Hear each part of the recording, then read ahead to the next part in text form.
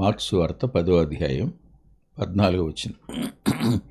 యేసు అది చూచి కోపపడి. ప్రార్థన చేసుకుందాం. ప్రేమగల మా ప్రియ తండ్రి, పరిశుద్ధుడైన గొప్ప దేవ, మీ లేఖనాలు మిమ్మల్ని, మీ ఉద్దేశాలను స్పష్టంగా బయలుపరుస్తూ ఉండగా గ్రహించే మనసు అనుగ్రహించండి. స్వీకరించడానికి అవసరమైన అంతరంగ విధేయతను దయచేయండి. మీరే. మేము విధేయత చూపిస్తాం, కానీ ఆ విధేయత కడపటి వరకు ఉండేది కాదు, పరిస్థితులను బట్టి మారిపోతుంది. ఈ కారణం చేత ఎట్టి విధేయతతో మీరు అంతం వరకు, ఆ శిలువ వరకు, మరణం వరకు ఎలా ప్రయాణం చేశారో అదే విధేయతను మీ విషయంలో, మేము మీ లేఖన విషయంలో ఆచరించడానికి బద్ధులమై ఉండగా కనికరం చూపి మాకటి మనసునిమ్మని, బలపరచుమని యేసుక్రీస్తు ప్రభు వారి పేరిట ప్రార్థిస్తున్నాం తండ్రి. ఆమేన్. ఈ సందర్భం తమ చిన్నపిల్లల్ని ప్రభు దగ్గరికి తీసుకుని వచ్చారు. వాళ్ళు ఒక చిన్న కోరిక కోరారు. అదేమిటంటే ఆయన ముట్టుకోవాలి, ఆయన ఆ పిల్లల్ని ముట్టుకోవాలి చాలు, నా పిల్లల్ని ప్రభు ముట్టుకుంటే చాలు అనే ఒక ఆశ తల్లిదండ్రుల మనసులో ఉంది.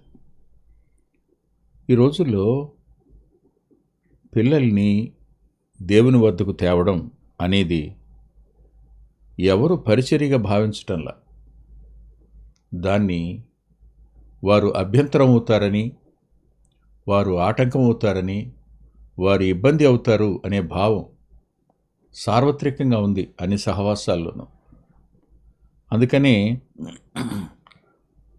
పిల్లల్ని దూరంగా ఉంచే ప్రయత్నం చేస్తున్నాం, అనుమానం లేదు.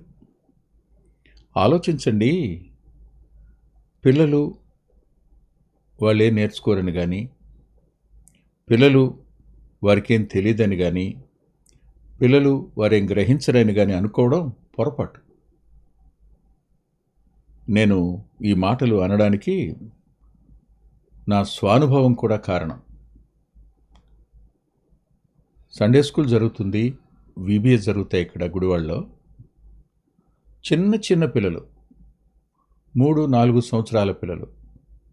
ఆ పిల్లల క్లాసులు చెప్తున్నప్పుడు వాళ్ళు ఆడుకున్నట్టే ఉంటారు, తిరుగుతున్నట్టు ఉంటారు, మాట విన్నట్టు కనపడతారు. కానీ ప్రశ్న అడిగినప్పుడు కరెక్ట్గా జవాబు చెప్తారు. ఆశ్చర్యం అనిపిస్తుంది. అప్పుడు నాకు ఒకటి అర్థమైంది. చిన్నపిల్లలు అని మనం నిర్లక్ష్యం చేయటం, చిన్నపిల్లలని వారి నిమిత్తం పట్టింపు లేకపోవడం అనేది తప్పు అవుతుంది కదా అని. అలాంటి సందర్భంలో ఈ వచనాన్ని చదివినప్పుడు చిన్న బిడ్డల్ని ప్రభు ముట్టాలి అని అమ్మా నాన్న అనుకున్నారు. కానీ శిష్యులు తీసుకుని వచ్చిన వారిని గద్దించారు. అప్పుడు ఆయన అది చూచి కోప్పడ్డాడు. అది చూచి మీరు ఒకసారి ఆలోచించండి. కీర్తనాకారుడు ఏమన్నాడు? నా తల్లి వద్ద స్తన్యపానము చేయుచు ఉండగా నీవు నాకు నమ్మిక పుట్టించితివి అంటాడు. అంటే ఒక వ్యక్తి అంతరంగంలో నమ్మకం పుట్టడానికి ఏ వయసు? ఆలోచించండి ఒకసారి. అమ్మ దగ్గర పాలు తాగేటప్పుడే దేవుని మీద నమ్మిక ఏర్పడే అవకాశం ఉందన్నమాట. అమ్మ పాడే పాట, అమ్మ మాట్లాడే మాట, అమ్మ చెప్పే ఊసు, అమ్మ చెప్పే కథ, ఇవన్నీ ఆ చంటి పిల్లల మనసుల్లో ఖచ్చితంగా ముద్రించబడే అవకాశం ఉంది. అందుకని నేను గర్భవతులైన వారికి చెప్తాను, అరే, ఈ 10 నెలల్లో మీరు ఆదికాండం నుంచి ప్రకటన గ్రంథం వరకు చదవండి అని చెప్తాను. అందున కొంచెం బిగ్గరగా చదవండి, గర్భస్థ శిశువు వినేటట్టుగా చదవండి. మీరు మానసికంగా ప్రశాంతంగా ఉంటారు. ఆ ప్రశాంత చిత్తం ఆ బిడ్డ మీద పనిచేస్తుంది. ఆ బిడ్డకు కూడా నీ స్వరం, దేవుని వాక్యం వినపడుతుంటుంది అని చెప్తాను. అంటే పాలు తాగడానికి ముందు నుండి కూడా వారు వినే ఒక అవకాశాన్ని మనం కలుగు చేస్తున్నాం. అంతేకాదు, ఇంకొక మాట ఆలోచించండి. చిన్న బిడ్డలే కదా, వీడి వల్ల ఏమవుతుంది అని మీరు అనుకుంటే, నేను మీ ముందుకు ఒక ఉదాహరణ తీసుకుని వస్తాను. మీరు యాకోబుని జ్ఞాపకం చేసుకోండి. అమ్మ కడుపులో నుంచి బయటికి రావడానికి ఏశావు కాలు పట్టుకున్నాడట, నన్ను ముందుకు రాని అని. అవునా? అంటే అర్థం ఏంటి? ఇంకొకడైతే ఇతడు ఛేదించుకుని వచ్చాను గనుక అని ఇంకొకరికి పేరు పెడతారు వేసని. ఎప్పటి నుంచి ఉంటుంది? లేఖనం సత్యం, మనకేం గ్రహింపు కాదనుకుంటాం. ఖచ్చితంగా నాకు ఒక సందర్భాన్ని నేను ఎప్పుడు మర్చిపోలేను. నా కొడుకు పుట్టాడు, 3 నెలల పిల్లాడు. పుట్టింటి నుంచి వచ్చింది నా భార్య. ఇంకా రైల్వే క్వార్టర్స్లోనే ఉన్నాం. నేను ఏదో రాసుకుంటున్నాను. రాసుకుంటూ వాడు అరుస్తూ ఉన్నాడు మనసు మీద. అరుస్తూ ఉంటే నేనుండి రే అన్నా. అంటే నా వంక సీరియస్గా అలా చూశాడు. అసలు ఎప్పుడు భయపడ్డం అనేది తక్కువ. వాడు ఒక్కసారి నా వంక ఇలా చూసేటప్పటికి తెలియని భయం నా హృదయంలోకి వచ్చింది. అంత చిన్న పిల్లాడు అంత సీరియస్గా నా వంక చూస్తే. నా మనవరాలిని నా కోడలు ఎత్తుకుని వచ్చింది, చిన్న బిడ్డ. నేను ఏంట్రా నువ్వు అన్నా. గావురుమని ఏడ్చింది ఆ పిల్ల. అప్పుడు అనిపించింది, అంత బాల్యంలోనే వారికి రెస్పాండ్ అయ్యే నేచర్ ఉంది, ప్రతిస్పందించే స్వభావం ఉంది, స్పందన వారిలో ఉంది. ఇంకొక మాట కూడా చెప్తాను ముందుకు వెళ్ళడానికి ముందు. వారు వాక్యాన్ని వింటారు అనడానికి ప్రభు బెత్సయిదా అరణ్యంలో వాక్యం చెప్తున్నారు. అందులో చిన్నపిల్లాడు 5 రొట్టెలు 2 చేపలు కలిగినవాడు వాక్యం విన్నాడు కదూ. విన్నవాడు తినటం కూడా మర్చిపోయినట్టున్నాడు. అందుకని పాట రాస్తూ ప్రభు యేసు మాటలు వింటూనే వాటిని తినడం మరిచాడు అని రాశాను అందులో, ఆ పాటలో. అంటే వాక్యం కోసం ఆహారాన్ని కూడా మర్చిపోగలిగిన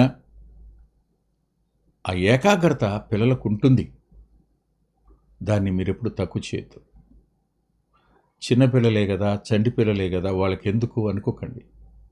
మన ఇంటి వాతావరణం దైవికమైందిగా ఉంటే తప్పనిసరిగా వారి మీద ఆ ప్రభావం పడుతుంది, అనుమానమే లేదు. ప్రభు దగ్గరకు వారిని తీసుకురా వస్తున్నప్పుడు శిష్యులు గద్దించారు. యేసు అది చూచి కోపపడి, ప్రభు కోపడిన సందర్భాలు కొంచెం కనపడతాయి. ఈ కోపానికి నేను ఓ పేరు పెట్టుకుంటాను. అదేమిటంటే హోలీ యాంగర్, పరిశుద్ధమైన కోపం అయింది. మన కోపంలో పరిశుద్ధత ఉండదు. మన కోపంలో అది రైచియస్ యాంగర్ కూడా కాదు, నీతియుక్తమైన కోపం కూడా కాదు. మనది నీతిని బట్టి కోపిస్తున్నావా? కాదు. పరిశుద్ధత ఉందా ఆ కోపంలో? లేదు. అందుకని ఆయన వద్ద కోపడ్డం కూడా మనం నేర్చుకోవాలి. మన కోపాలు వేరు, మన కోపాలన్నీ శరీరానుసారమైనవి. ఆయన కోపం పరసంబంధమైంది, దైవికమైంది, నీకు నీ ఆత్మకు మేలు కలుగు చేసేది, నీ భవిష్యత్తుకు మేలు కలుగు చేసేది. ఇప్పుడు శిష్యులకు ఆయన ఒక పాఠం చెప్తున్నాడు. అనేక పాఠాలు నేర్పించుకుంటూ వస్తున్నవాడు చిన్నపిల్లలు అనేటువంటి ఆ ఏరియాని ఆయన విడిచిపెట్టేలా, ఎవరి వద్ద ఎలా ఉండాలో, ఎవరి వద్ద ఎలా బోధించాలో, ఎవరితో ఎలా వ్యవహరించాలో శిష్యులకు నేర్పుతూ ఉన్నటువంటి సందర్భం ఇది. 12 మందిని ఆయన ట్రైన్ చేసి, అందులో ఒక వ్యక్తి అపవాది పాలుగాగా 11 మందితో ప్రపంచాన్ని గెలవడం అనేది ఆయనకి సాధ్యమైంది. ఆయన వారిని ట్రైన్ చేస్తున్నటువంటి పద్ధతిలో ఈ ఈ కోప్పడ్డం కూడా ఒక భాగం. అంటే టీచింగ్ మెథడాలజీలో కోపం అనే దాన్ని చూపించొద్దు, మీరు చూపించొద్దు అంటున్నారు. కోపం అంటే కట్టలు తెంచుకునే కోపం కాదు సుమా నేను చెప్పేది. కట్టలు తెంచుకుని బీపీ తెచ్చుకుని అరిచే కోపం గురించి కాదు నేను మాట్లాడుతుంది. ఎదుటివాడు తప్పు చేస్తే నువ్వు కోపం తెచ్చుకోవటం ఎందుకు, అలా కోపం తెచ్చుకుని నువ్వు బీపీ ఎందుకు? ఇది కేవలం సరైన అవగాహన లేని ఆలోచన. ఆలోచించండి, మాస్టారు కోప్పడతాడు అనే భయం వాడికి కలుగు చేయకపోతే వాడు చదవడు, వాడు నేర్చుకోడు, వాడు లక్ష్యం ఉంచడు. భవిష్యత్తు ఏమైపోద్ది? ఇంటి దగ్గర అమ్మ నాన్నలు గారాభమే, స్కూల్లో టీచర్ కోప్పడడానికి వీల్లేదు కదా, బెత్తం వాడడానికి వీల్లేదు. అందుకని ఈ మధ్యకాలంలో ఒక ఆయన అన్నాడు, టీచర్ల చేతిలోంచి బెత్తం తీసేశారు కాబట్టి పోలీస్ చేతుల్లో లాఠీలకి వాళ్ళు గురవుతున్నారు అన్నాడు. జ్ఞాపకం పెట్టుకోండి, ఆ చిన్నపిల్లలు అనేటువంటి ఆ సబ్జెక్ట్ దగ్గర శిష్యులకు చెప్తూ ఆయన ఇలా అన్నాడు. ఆయన అన్న మాట ఏమిటంటే, చిన్న బిడ్డలను నా యొద్దకు రానియుడి, వారిని ఆటంకపరచవద్దు. చిన్న పిల్లల్ని నా యొద్దకు రానివ్వండి, వారిని ఆటంకపరచవద్దు. ఏమిటి దీనికి అర్థం? ఎందుకు ఇలా అన్నాడు? ఆయన వస్తే ముట్టుకుంటాడని, ఆయన వస్తే వారు ఆయన ముట్టుకోవడం ద్వారా మేలు కలుగుతుంది అనే ఒకే ఒక ఆలోచన. చాలాసార్లు చిన్నపిల్లలు గబగబా వస్తున్నప్పుడు తల్లిదండ్రులు వచ్చి ఎత్తేసుకుంటారు. వచ్చేసి అనవసరంగా అన్నయ్య చొక్కాలు అవుతారేమో కదా, అన్నయ్య జేబులో పెన తీసేసుకుంటారేమో, ఆయన కళ్ళకున్న కళ్ళజోడు తీసుకుంటారని ఫీలింగ్ ఉంటుంది వాళ్ళకి. కానీ నేను సహజంగా పిల్లల్ని ఎత్తుకోవడానికి భయం, నాకు ఎత్తుకోవడానికి భయం, చిన్నపిల్లల్ని ఎత్తుకోవడం అంటే భయం ఇప్పటికీ ఉంది. కానీ కొంచెం వయసు వచ్చిన పిల్లల్ని మాత్రం ఖచ్చితంగా ఎత్తుకుంటాను, ఎత్తుకుని కూర్చోబెట్టుకుంటే కొంతమంది నన్ను వదిలిపెట్టి వెళ్ళరు, కొద్దిమంది. తర్వాత అడుగుతాను, వెళతావా అంటే నా వంక చూసి తలకు వెళ్ళిపోతారు. మందిరంలో ఒకరిద్దరు పిల్లలు ఉన్నారు, వాళ్ళకి అనుమానం వస్తుంది, వాళ్ళ అమ్మ నాన్నకి వాళ్ళ నానమ్మ వాళ్ళకి, అందరినీ కోప్పడతాడు కదా, వీళ్ళని ఎందుకు కోప్పడ్డాని. వాళ్ళని కోప్పడ్డానికి వీళ్ళని కోప్పడకపోవడానికి పక్షపాతం కాదు, వాళ్ళని కోప్పడేది వాళ్ళు వినడానికి. కానీ ఎవరైతే తిరుగుతున్నారో వాళ్ళు కూర్చునే 5 నిమిషాలైనా సరే వాక్యం వంక అలా చూస్తూ వింటారు. వాళ్ళు ఎక్కువసేపు ఏకాగ్రతగా వినలేరు, కానీ వింటారు. ఆ ఏకాగ్రత కలవాళ్ళని ఏమన్నా, అసలు ఏకాగ్రత లేకుండా తిరుగుతుంటారే వాళ్ళని మాత్రం గద్దిస్తాను, భయం చొప్పున వింటారని. ఇది వ్యత్యాసం, అంతేగాని పక్షపాతం కాదు, మర్చిపోకండి. ఇక్కడికి వద్దాం. రానియండి అంటూ దేవుని రాజ్యము ఇలాంటి వారిదే అన్నాడు. దేవుని రాజ్యం ఇలాంటి వారిదే అన్నాడు అంటూ, చిన్న బిడ్డల వలె దేవుని రాజ్యమును అంగీకరింపనివాడు అందులో ఎంత మాత్రం ప్రవేశింపలేడని నిశ్చయముగా మీతో చెప్పుచున్నాను అని చెప్పాడు ఆయన. ఇక్కడ ఆ చిన్న బిడ్డను చూచి, ఆ చిన్న బిడ్డల్ని గద్దించడం చూచి, ఆటంకపరచడం చూచి కోప్పడినవాడు ఒక ఆత్మీయ సత్యాన్ని శిష్యులకు, ఆ పిల్లలను తెచ్చిన అమ్మానాన్నలకు చెప్తున్నాడు ఆయన. అదేమిటంటే, ఒక వ్యక్తి చిన్న బిడ్డ వంటి వాడు అయితే తప్ప అనే పదం, దీన్ని రకరకాలుగా వ్యాఖ్యానం చేయొచ్చు. కానీ చిన్న బిడ్డకున్న ఒక మంచి మనస్తత్వం ఏమిటి చెప్పండి, మీరే చెప్తారు. మనం రేపొద్దున చంద్రమండలం వెళ్దాంరా అని, ఆడు ఎంత సంతోషపడిపోతాడు, అవునా? ఆడు పొద్దునే లేచి మమ్మీ డాడీ వాళ్ళు చంద్రమండలం తీసుకెళ్తానండి అన్నాడు. నువ్వు నీకు తెలుసు అది జరిగే పని కాదని, కానీ అతను ఏం చేశాడు? నమ్మాడుగా. అలాంటప్పుడు వీళ్ళ తండ్రి తీసుకుని ఖగోళ శాస్త్రాన్ని చూపించే ఇది ఉండదు చూడు, అక్కడికి తీసుకెళ్తాడు. విజయాల్లో కూడా ఉంది. దాని లోపలికి వెళ్ళినప్పుడు ఖచ్చితంగా ఆకాశం కనపడది, చంద్రుడు దగ్గరగా కనపడతాడు. అదే తీసుకొచ్చాను చూసావా అంటాడు. వాడు అక్కడికి వెళ్ళినట్టు ఫీల్ అవుతాడు. అంటే ఒకటి గుర్తుపెట్టుకోండి, పిల్లలు చెప్పినది చెప్పినట్టు నమ్ముతారు. వాళ్ళు ఏ రీజనింగ్ తీరు, ఎందుకు నమ్ముకోవాలని అడగరు, నమ్మకపోతే ఏమవుద్ది అని అనరు, చెప్పింది చెప్పినట్టు నమ్ముతారు. ఈ రోజున వయసు వచ్చిన వాళ్ళం లేఖనం సత్యమని, లేఖనం జీవమని, లేఖనం ఒక వ్యక్తిని సరిచేసేదని, వాక్యం ఆయన ఇచ్చింది దిద్దుబాటు కోసమని, వాక్యం అంతా కూడా సరైందని గ్రహింపు లేని వ్యక్తులు వాక్యం మీద, వాక్య స్వరూపి అయిన ప్రభువు మీద తిరుగుబాటు చేసేవారుగా ఉన్నారు. వాళ్ళు ఆయన గురించి చెప్పిన మాటల మీద వాళ్ళు ఖచ్చితంగా తిరుగుబాటు చేసేవారుగా ఉన్నారు. ఏం లేదు వాళ్ళకి, ఆ చిన్నపిల్లల మనస్తత్వం లేదు. లోకం నేర్చుకోవాల్సిన ఒక అత్యున్నతమైన పాఠం ఒకటి చెప్తాను, వినండి మీరు. ఒకటి, మీరంటారు మేము నమ్మాలి అంటే ఆయన ఏదైనా చేయాలి అని. ఆయన అంటాడు నమ్ము వానికి సమస్తం సాధ్యం అంటాడు. ఇది పరలోకానికి భూలోకానికి ఉన్న వ్యత్యాసం. నమ్మడం నీ వల్ల అయితే రక్షించబడడం నీ వల్ల నీకు సాధ్యం అవుతుంది. అంటే ప్రభువు చెప్పిన మాట సత్యం.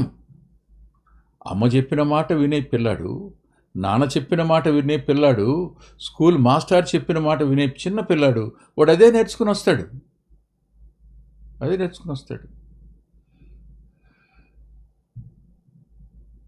కొంతమంది కొన్ని కాన్వెంట్స్లో ఇంగ్లీష్ మాస్టర్లు చెప్తుంటారు, బహుశా ప్రభు నన్ను క్షమించాలి, ఆ కమిటీ వారు కూడా క్షమించాలి. వాళ్ళు చదువుకుని ఉంటారు, కానీ వాళ్ళకి పొలిటిక్స్ రాకపోయి ఉండొచ్చు. పొలిటిక్స్ రాకపోయి ఉండి వాళ్ళకి పాట నేర్పించారు. ఇది చూపించి కంగారు అని చెప్పారు. దాని పేరు కంగారు అని చెప్పారు. కంగారు అని చెప్తే ఇంటికి వచ్చిన తర్వాత వాడు చదువుతున్నాడు కంగారు అని, ఇంగ్లీష్ కంగారు అని. వాళ్ళ నానేమో ఎంఏ ఇంగ్లీషు, తరువాత ఏమో పొలిటిక్స్ చేస్తున్నాడు ఆయన. అన్నాడు, ఎవరు చెప్పారా కంగారు అని? No, don't pronounce it as kangaroo, it is kangaroo అన్నాడు.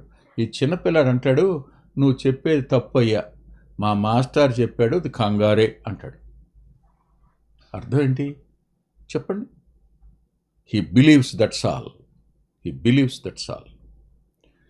నమ్మడం అనేది ఆ చిన్న బిడ్డ దగ్గర నేర్చుకోవాలి, మర్చిపోకండి. రెండవది, నమ్మడం మాత్రమే కాదు, నానా కూర్చుంటాడు వాడు. విధేయత కూడా చిన్న బిడ్డ దగ్గర నేర్చుకోవాలి. నో చెప్పడం. చిన్న పిల్లల దగ్గర మనం నేర్చుకోదగిన పాఠాలు ఉన్నాయని, అలాంటి వారిని నా దగ్గరికి రాకుండా మీరు ఆటంకపరచడం వల్ల వాళ్ళని నష్టపరుస్తున్నారు. మీరు ఎలా వారికి అభ్యంతరంగా ఉంటున్నారు. అందుకే మాట లూకాసు వార్త 17వ అధ్యాయంలో శిష్యులతో ఇలా అన్నాడు, అభ్యంతరం రాకపోవడం అసాధ్యం కానీ అది ఎవరి వలన వచ్చిన వారికి శ్రమ అన్నాడు. అంటూ వాడి చిన్నవారిలో ఒకనికి అభ్యంతరము కలుగు చేయుట కంటే వాని మెడకు తిరుగట్రాయి కట్టబడి సముద్రములో పడవేయబడుట వాడికి మేలు అన్నాడు. మీ విషయం జాగ్రత్త పడండి అన్నాడు. ఈ రెండింటిని దగ్గరికి ఎందుకు తెచ్చానో మీకు చెప్తాను. చాలా సహవాసాల్లో అసలు పిల్లల పరిచర్య లేదు, పిల్లల మీద మనసు పెట్టడం లేదు.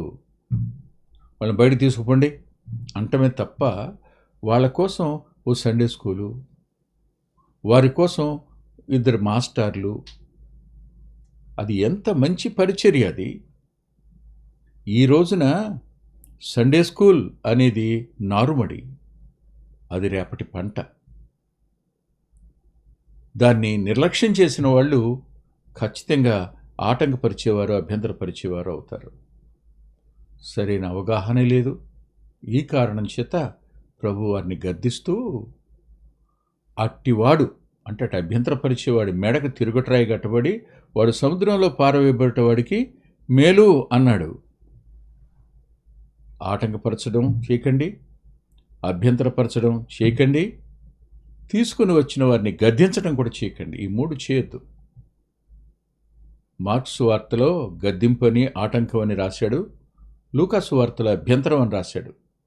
పిల్లల విషయంలో ఈ మూడంతల తప్పు చేసే అవకాశం ఎవరైతే ప్రభువుకు సమీపంగా ఉన్నారో, ఎవరు దేవుని సన్నిధి గురించి ప్రకటించవలసిన వారుగా ఉన్నారో, ఎవరు ప్రభు దగ్గరికి వాళ్ళు రావడానికి ఆటంకంగా ఉన్నారో వాళ్ళకి మాటలు స్పష్టంగా చెప్తున్నాడు. మరి ఇప్పుడు ఆలోచించండి.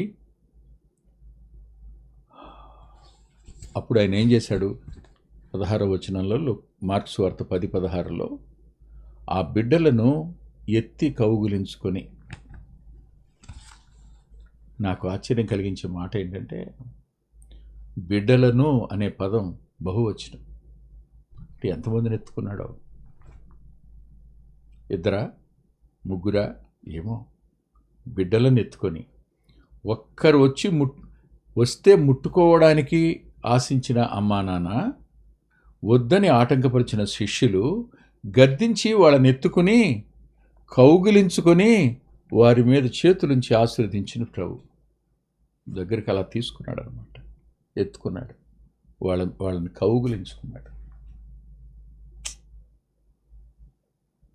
చంటి పిల్లలు వాళ్ళు, మనమంటే గిట్టని వారి పిల్లలైనా వారిలో కల్మషమే ఉండదు. ప్రభు గుండెలకు హత్తుకో తగినవారు వాళ్ళు. ప్రభు కౌగులించుకునేటువంటి ఆ గొప్ప అవకాశం వారికి ఉంది. ఆలోచించండి ఒకసారి. అలాంటి పిల్లల మధ్య నమ్మకంగా పనిచేసేటువంటి ఎంతోమంది నా ప్రియమైన సహోదరులు సహోదరులు ఉన్నారు. వారిని ఎవరు పట్టించుకోరు. వాళ్ళకే ఘనత మెప్పులు ఉండవు. వారిని అతి సామాన్యంగానే చూస్తారు, వారిని లెక్క చేయరు. అర్థం కాల. కానీ వారు మనకు మాదిరిగా ప్రభు చూపిస్తున్న అత్యున్నతమైన పాఠం. తిరిగి జన్మించడానికి, పరలోక రాజ్యము వారసులవడానికి ఈ విషయాన్ని చెప్పాడు. ఆయన చూసింది ఏమిటి? అభ్యంతరపరచడంలో వాళ్ళు, ఆటంకపరచడంలో వాళ్ళు, గద్దించడంలో ఆయన ఏం చూశాడంటే రేపటి సేవా విధానంలో నష్టం జరిగే ప్రమాదాన్ని చూశాడు. అందుకోసం ఆయన గద్దించాడు. ప్రార్థన చేసుకుందాం. ప్రేమగల మా ప్రియ తండ్రి, పరిశుద్ధుడు అయిన గొప్ప దేవ, కొద్ది మాటలు చెప్పడానికి సహాయపడ్డారు. విన్న మాటలు మా ప్రియుల అంతరంగంలో కార్యం జరిగించినట్లు మీ ఆత్మకార్యాన్ని చేయమని యేసుక్రీస్తు ప్రభు వారి పేరిట ప్రార్థిస్తున్నాం తండ్రి. ఆమేన్. ప్రభు చిత్తమైతే ఆదివారం ఉదయం 9:30 గంటలకు లైవ్లో కలుసుకుందాం.